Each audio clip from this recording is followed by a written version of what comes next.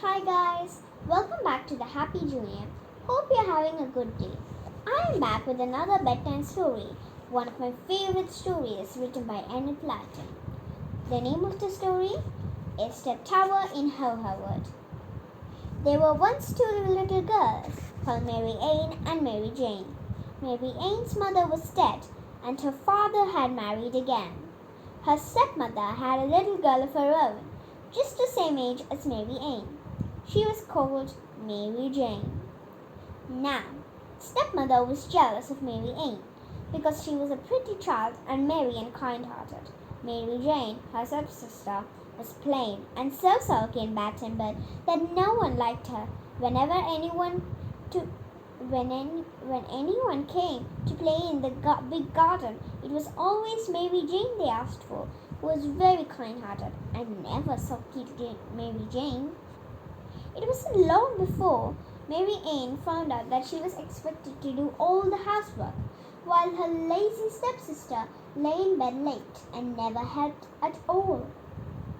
Mary Ann didn't mind. She went about singing gaily and did all her work as well as she could. But Mary Jane couldn't bear Mary Ann to be happy. She hated her to hear her stepsister singing merrily. She always thought, oh, everyone admires her and thinks she's the most prettiest girl in the world, kind-hearted. I hate her. I wish she wasn't my stepsister or my sister or part of the family. So one day, when Mary Ann had been making gooseberry jam, she crept into the kitchen and upset the pan so hard that all the jam was spilled on the floor and it was wasted. No one saw her do this, and she ran out of the kitchen quickly. When the stepmother came in to see what the noise was, she found out that poor Mary Ann was crying bitterly to see her jam wasted and such a terrible mess to clean up. "Did you upset that, you careless girl?" cried her stepmother in angriness. And without waiting to hear this answer, she boxed her little stepdaughter's ears. "I didn't do it," sobbed Mary Ann. "I'm sure it was bad-tempered Mary Jane who did it to make me unhappy." "How dare you tell stories like that?" cried the stepmother angrier than ever, and she slapped Mary Ann hard on the cheek. "You are a very naughty little girl." Poor Mary Ann.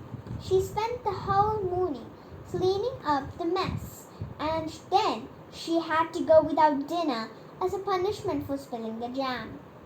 Though of course it was really Mary Jane who did it. Mary Ann forgave her stepsister and tried to be nice with her. But the more she tried, the more Mary Jane hated her. Mary Ann grew prettier and sweeter, and at last the stepmother thought she really must send her away, for her own daughter looked so cross and ugly beside Mary Ann that everyone noticed the difference. But how in the world could she send her away? Her father would be sure to want her know where she went, and he would go and bring her back, for he was very fond of Mary Ann. At last, after a great deal of thinking, the stepmother thought of a plan. She would send Mary Ann to Howard for some wild strawberries. Then perhaps she would never come back, for the little folk lived there and had forbidden any mortal to set foot on their world. So one morning she called Mary Ann to her and gave her a basket. "See," she said, "I want to make some wild strawberries. I want some wild strawberries to make a pudding for your father. Take this basket and go to the wood where there are plenty. Do not come back until your basket is full of them, or I will beat you." "But stepmother, little folk will not let us step foot in a How Wood," said Mary Ann in terror. "They will be very angry with me if they catch me, and perhaps turn me into a fool." "Do as I tell you," said the stepmother angrily. "You will come to no harm. Fetch the strawberries and let me hear no more words from you." With that, she pushed Mary Ann out of the door and slammed it behind her. The little girl didn't know what to do. At last, she decided to go towards her wood to see if there were any strawberries on the borders. So off she went carrying her basket. She soon came to the wood. It was thick and dark. Mary Ann hunted along the edge for strawberries, but she could see none. Just inside the wood there were plenty, but she could see them through the trees. But Mary Ann didn't want to go there without permission, for she knew that the little folk would be angry. She walked along the borders of the wood, wondering if perhaps she could see a gnome or a brownie whose permission she might ask. But she saw no one. Suddenly, as she turned a corner, she saw a queer little house in front of her, set on the edge of a wood. It was a very small and very crooked. The little garden was set with brilliant flowers, and at the end of it stood an old well. As Mary Ann walked up to it, she saw an old woman going down to the well with two big buckets. "I might ask her if I would be allowed in the wood," thought Mary Ann. So she went up to the garden gate, actually. "Good morning," she said politely to the dear woman. "Dear me, how you made me jump," said the old woman, and she dropped the buckets to the ground and sat down with a fright on the wall nearby. Didn't hear you coming. I didn't hear you coming." "Oh, please forgive me," said Mary Ann. "Let me draw the water for you. The buckets are heavy for you to carry." So she let down the buckets down into the well, one after the other one, and filled them with water. Then she carried them back into the cottage for the grateful old woman. "You are a kind little girl," said the old woman. "Now tell me what I can do for you." Mary Ann told her all about she had been sent to get wild strawberries from the How Wood by her stepmother. "But I'm afraid to go into the woods in case the little folk are angry with me," she said. "I will help you," said the old woman.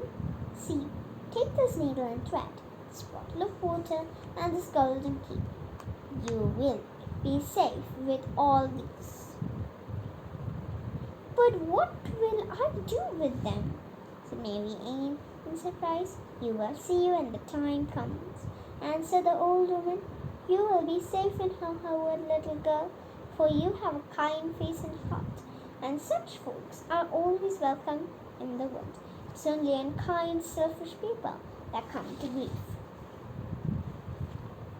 Mary Ann thanked the old woman very much, and then she stepped into the way into the wood. She stepped over a ditch that edged the wood and found herself among the trees. She soon began to hunt for strawberries, and soon she found some. She was picking them happily when she heard a noise behind her, and she looked round. She saw a gnome, a small, very small gnome, lurking in the forest.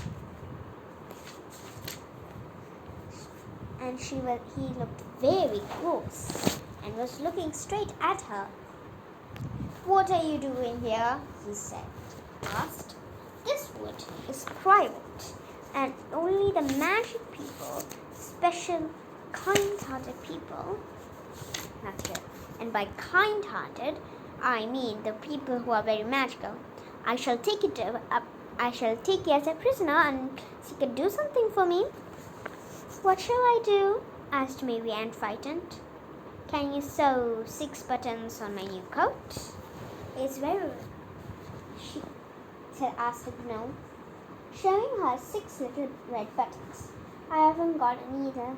I've only got these 6 buttons, but I cannot find anyone with anything or needle or anything. Do you have one? Yes, said Mary Ann gladly. And she took the needle and thread that the old woman had given her a few minutes ago, and quickly and neatly sewed the buttons on the gnome's coat while he stood in front of her.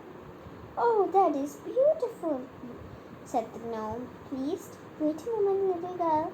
Let me touch you with my magic stick.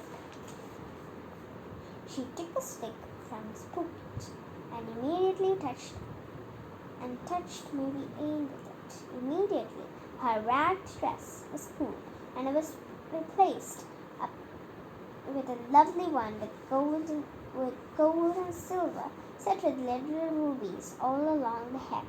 Her socks changed into silken stockings, and her shoes to golden slippers, diamond buckles. How pleased and astonished she was! Oh, thank you! What a beautiful dress! If you want fine strawberries, go down the little path to the right, said the gnome. There are some lovely ones there. So Mary Ann ran down the little path and soon found some very big strawberries. She had begun to pick them when a bent old wizard with a big pointed hat came striding by. He looked very hot indeed, and he was very much out of breath, for he panted like a steam engine. When he saw Mary Ann, he stopped. What are you doing here? He asked angrily. Don't you know this wood is private? He looked so fierce that Mary Ann was frightened. But then she remembered the bottle of water the old woman had given her. She took out it out of her pocket and held it out to the wizard. You look hot and thirsty, said Mary Ann. Drink some of this water. Thank you, said the wizard, and he took it. He drank every drop, and he was delighted. Nicest water I've ever tasted, she said. You are a kind little girl. Take this in exchange of the water. She gave her a little bag, and then marched through the woods. Mary Ann looked at the bag. It was filled with gold. She emptied the gold pieces out into her hand, and lo and behold, as soon as the bag was empty, it filled itself again. And when Mary Ann looked, she saw many more coins waiting for her. It's a magic bag, she said in excitement. Oh, I shall be rich. I shall buy as much gold as I want. I can buy presents for everybody. She went on picking the strawberries and wandered here and there through the wood. Suddenly, she came to a little tower which had a tiny door in one side. Mary Ann thought it was a curious place. It had no windows except one small one right on top. The little girl put her hands to her mouth as she called loudly, Does anyone live here? At that, an ugly, untidy-looking boy put his head down the window. When he saw Mary Ann standing below in her beautiful dress, he was astonished. He thought he had never met or seen anyone so lovely in his life. I've been locked up here, he said mournfully. I was riding through the wood, not guessing that it belonged to the little folk, and the goblins caught me and imprisoned me here. I have not been able to get out of here for a month, and I cannot get out, for the door is locked. Otherwise, I would have just jumped off, but it was very high. You could see for himself.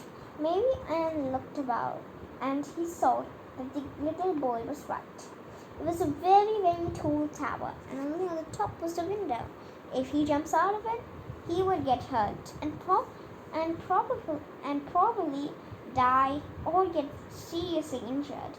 And the door was seriously locked because Mary Ann pushed and kicked it, but she could not it. Suddenly, she said, "I think I could set you out. I tried and kicked it, but I have a golden little key with me." As she put her hand into her pocket, she felt the gold key that the old woman gave her. She took it out and slipped it into the lock of the tiny little door and turned it. The door opened easily, and Mary Ann called up the spiral staircase in front of her. "Come quickly, you are free." Down the stairs came the boy. He was certainly very ugly, for his nose was far too long. One eye was blue and the other one was brown. His hair was thin and stringly. His clothes were dirty and ragged, and he was limped badly. Mary Ann thought that he was a peddler. "I cannot thank you enough," he said. "You are the kindest girl I've ever seen. And I wonder if my horse is anywhere near, so we may ride it away from this wood in safety." He looked about, but all he could see was a thin donkey munching some pretzels. "This will do to carry us. Will you ride me out of the wood? I know the way." Now Mary Ann found that she was lost, for she did not know which path to take.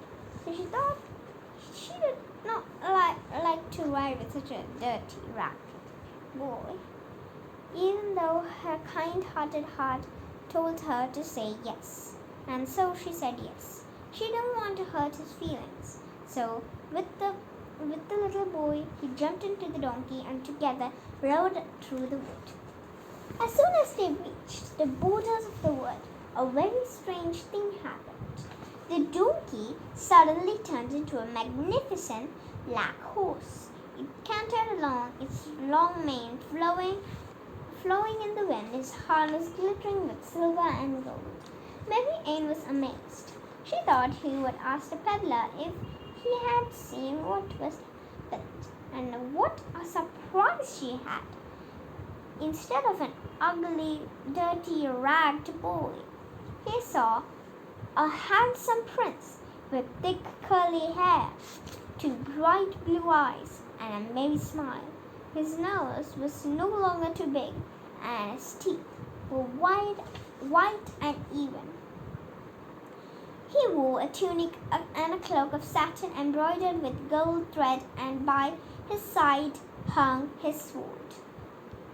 He looked at Mary Ann and smiled. "I am no longer an ugly peddler," he said. "I have changed back to my right form. It was kind of you to ride me back when you all thought I was ugly and ragged. You have a sweet face and a kind heart. Will you marry me and be my queen?" Mary Ann was so happy that she could hardly say yes. She fell in love at once with the handsome prince and whispered that she would be glad to marry him. So they jogged along together very happily to Mary Ann's home. How astonished the stepmother and Mary Jane were to see Mary Ann coming back dressed in gold and silver, sitting behind a handsome young prince. They could not believe their eyes. She jumped down from the horse and told them all that had happened. "We will have a fine wedding," she said. "I have enough money in this magic purse to pay for everything. And when the wedding is over, I shall go to live with my prince in his beautiful castle. Oh, look here are your strawberries, stepmother. See what fine ones grow in the ho-ho wood." The next week, the wedding was held. The folk from near and far came to it. Everyone said the bride was the most prettiest, kindest looking girl in the kingdom, and everyone wished that they could marry her. Only 2 people were angry and upset about Mary Ann's good luck, and they were her stepmother and stepsister. They were very jealous as the prince rode with her princess off, and all the guests waved and cheered and threw flowers over her. Now Mary Ann is the grandest lady in the land, and we are nobodies, said Mary Ann crossly. Listen, daughter, said her mother. I have a plan. Why don't you go to pick strawberries in the wood and do all that Mary Ann did? Perhaps you will also come back with the prince. Plus gold. Very well, said Mary Jane. She took a basket and set off. She looked for the tiny cottage Mary Ann had her about, and soon she saw it. The old woman was going up that path too, and Mary Jane stepped into the garden, banging the gate so hard that the old woman jumped and dropped her things to the ground. Of course, by things I mean the buckets. But instead of being sorry, Mary Jane laughed loudly, for she had no manners at all. You look funny when you drop those baskets, said the rude little girl. Please fill them to me. You gave me such a fright that I was not able to let them down to the well. So Mary Jane let the buckets down and drew them up full of water, but she put them down so carelessly that they spilled it all over the old woman's feet. Mary Jane said nothing, but stood looking at the old woman. What do you want? Asked the old woman crossly, wiping her shoes dry. I want the needle and thread, the bottle of water, and the golden key, said Mary Jane. You gave them to my sister, and she got a golden dress, a purse of gold, and a handsome prince who married her. I want the same. The old woman laughed a low and high laugh. She went into her cottage and came back again with something in her hands. Here you are, she said to the Mary Jane, and then she put into the little girl's hand a needle and thread, a bottle of water, and a golden key. Then she chuckled again and went back into the cottage. Mary Jane was delighted. Now she would get the same wonderful things as stepsister. She will get a prince, she'll get a bag of coins, golden coins, and a wonderful dress. She ran down the path and into the wood. She wasn't long before she saw a gnome looking at her crossly. What are you doing here? He asked. This wood is private. I shall take you as a prisoner unless you can do something for me. I know what you would mind to do, whispering out her needle and thread. Come here and I'll sew you the buttons on. The gnome handed her 6 buttons in silence. She sewed them one after the other one, and she did them very badly. 3 times she pricked the gnome and made her jump, and he looked as black as a thundercloud when she had finished. Now change my dress with the magic stick, said Mary Jane. The gnome took out his stick and touched her with it. But alas for Mary Jane! Instead of a gold and silver frock appearing, she had found herself in an ugly little cotton dress that had changed into one of the most ugly grey wool dress, with patches here and there and a big hole in the skirt. How upset she was, but she had to wear it, for a cotton frock had disappeared. She went on into the wood, crying bitterly. Soon she felt thirsty. She felt the water bottle in her hands. She was so thirsty that without thinking, she drank the whole thing. Soon she realized that, oh no, I have to give this to the wizard. She she started searching for water, but all she could find was a muddy ditch, and she did not want to drink for that again. But I don't have to drink it, she thought. I'll give it to the old wizard. Ha! This will be a good prank. So she filled the bottle with the ditch water. She had hardly finished doing so when she saw the bent old wizard coming along. What are you doing here? He asked. Don't you know that this would describe it? You look hot and thirsty. Drink some of this water. She handed the wizard the water, and he had put it into his mouth to drink. But as soon as he tasted, he knew it was ditch water, and he was angry. He threw it into the ground. Give me my magic purse, said Mary Jane. The wizard took a bag out of his pocket and handed it to Mary Jane. Then he walked off without a word. The little girl opened the bag eagerly. But oh, what a disappointment! Instead of being filled with gold, it was filled with earwigs that jumped out as soon as she opened it.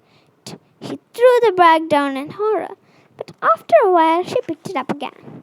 Perhaps it'll be full of gold coins soon. She just have to wait. She carried it off with her. Soon she came to a little tower in the wood and leaning out of the window at the top was a peddler, ugly and dirty and ragged, with a long nose. One eye was blue and one eye.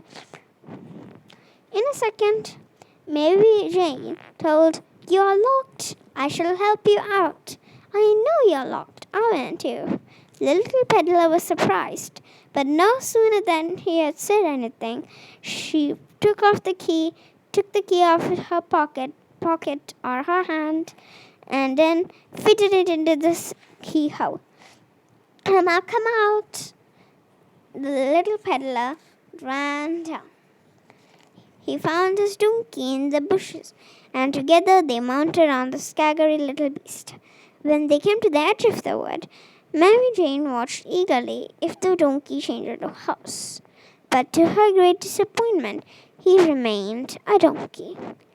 She looked up to see if the peddler was a handsome prince, but alas, he was still an ugly rat. "I see you have a magic purse in that you have," he said. "What does it contain? Golden coins?" "Yes," said Mary Jane untruthfully. Of course it was not filled with golden coins. It was filled with earwigs. But when the peddler heard that, he thought that he would marry Mary Jane, and then he would become rich, also like Mary Jane. So he asked her to marry him, and she said that she would, because she felt sure that sooner or later he would turn into a handsome prince. Soon they arrived at the home. Their mother was very disappointed to find that her daughter had such an ugly dress on, and the purse was filled with earwigs. She bade Mary Jane to tell the earwig secret, or perhaps the peddler marry her, and when he turns into a prince, she would feel sorry. So Mary Jane said nothing about the earwig purse, but made all arrangements for the wedding. It was to be the very next day, for the peddler would not wait. So the next morning there was the wedding. And though Mary Jane told everyone that she was marrying a prince and not a peddler, no one believed her. They could not think that a prince would marry such a plain bad maiden. After the wedding, the two mounted off the donkey and rode off. Mary Jane thought he was going to a palace. As she looked off for many hours, she was tired and asked when they would get to the palace. "Palace? What palace?" "Why, your palace," said Mary Jane. "You are a prince, aren't you? And all princes live in palaces." I am no prince, said the youth. I am a peddler and nothing else, and as well as you know, I have no money, and therefore I married you, for I knew I had a bag of gold. I haven't, said Mary Jane, and she began to cry. The peddler snatched the bag and opened it. Out fell a crowd of earwigs, and he flung the purse on the ground with horror. You have deceived me, he said angrily. I will never have married you more gold than I. Now we will have to work hard for your living, for I am no prince and I never said that I was. Then began a hard life for Mary Jane, for she had to work hard all morning to night and do what the peddler told her. No longer she could be lazy, and if she sulked and frowned, she was beaten. So soon she began to learn her lesson and tried to smile and be as sweet-tempered as Mary Ann had been. As for Mary Ann, speaking of Mary Ann, she was living happily with her prince in the palace. All her people loved her, for her sweet heart and kind face was very nice. And one day when the peddler and his wife came riding by her gates, and by peddler and wife I mean Mary Jane and the peddler, she called out in surprise, for of course they were the stepsister, and Mary Ann will never forget it. By the way, Mary Ann had forgot how Jane has been so unkind. She forgot selfish of her and bad temper.